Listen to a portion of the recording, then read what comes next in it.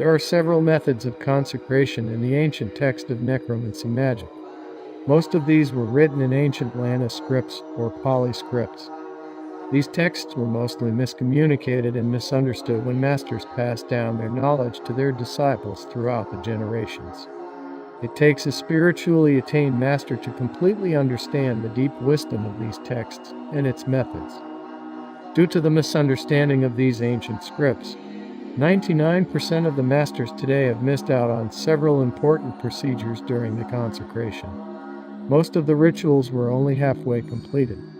Many monks who are well known for the makings of Kumantongs today have missed the very important part of the consecration ritual, which makes owning a Kumantong dangerous to its owners. During the consecration of spirit-type amulets or Kumantong, the spirits of the hell realm are conjured into the vessel. It is easy for any masters to conjure spirits of the hell to dwell into the pre-made vessels. The ritual is to force the spirits to take on the shape of the vessel, and it is during this stage of the ritual that movements of the statues can be seen. And it is common to see the spilling of drinks or Kumantongs drinking at this stage of the consecration. So most of the masters would end their ritual at this stage. But little did they know that they have only conjured a hungry ghost spirit, if not worse, the revengeful spirit.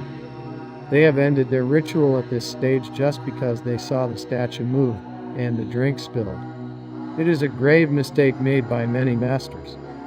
Yet many owners of Kumantongs love seeing these phenomena of Kumantongs drinking or moving their toys. So many people would think that these phenomena prove the power and efficacy. And according to a Charn Padanar, your Kumantongs could still be a hungry or an angry spirit if the phenomena of drink spillings or moving objects are still seen frequently. It simply means that their spirits have not yet fully settled down or have not yet gained higher realm enlightenment. It would be dangerous to own it. Instead, these unenlightened spirits have to be fed every day and they could do nothing to help their owners. None. And if they are still hungry, they feed off your energy and your children's energies. These hell spirits are playful and totally unconscious. They feed off your energies that will cause more misfortunes and illnesses. Many people who have kept a Kumantong of such realm will surely experience accumulated misfortunes and illnesses over time. That is the reason why most of the Kumantongs could not help their owners. They need their owners' help instead.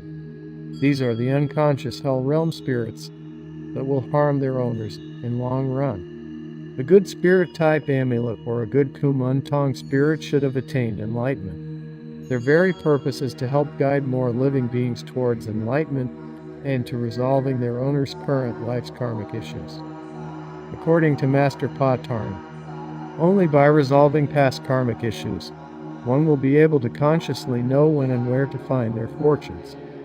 One will be able to manifest anything in life only when their mind, body and soul are in tune with the higher spirit. The enlightened souls of the Kumantongs or Nummun Pride would be able to give powerful spiritual guidance to their owners. Don't be fooled by any masters who told you that Kumantongs could grant any wishes simply by asking. There are 3 conditions that are important to be in tune before any manifestations with your Kumantongs can happen. First most important condition is that your Kumantong has to be an enlightened spirit and is no longer an unconscious, hungry, or revengeful soul. Second, your mind, body, and spirit have to be all in tune through meditations to be able to receive spiritual guidances.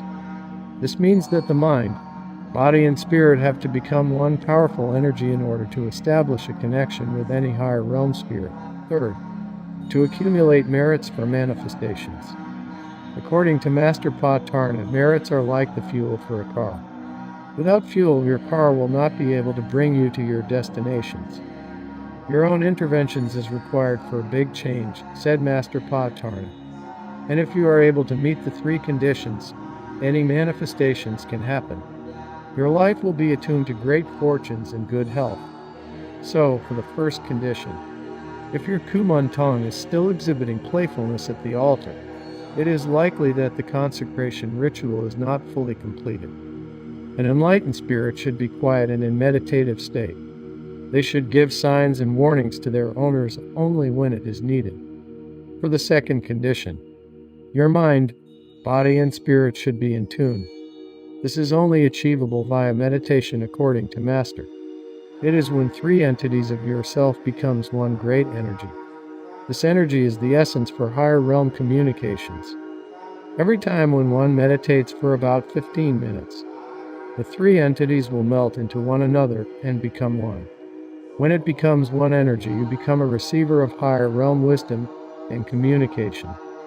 So, the more you meditate with your Kumathong, the more receptive you can become.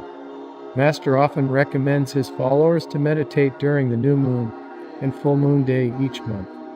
These 2 days are considered to be very powerful as the positions of the sun and moon on these 2 days are most efficacious for human mind's transcendence. Lastly, the third condition is to accumulate good merits in your karmic path. Everyone reborn are the birth of past life karma. Without karma, one would no longer be born again. So everyone are born with karmic issues, and it is important to address to these past lives debt if one wants to attain good fortunes and finally enlightenment. According to Master, merits are the most important element that helps one to alleviate negative impacts of past life's issue.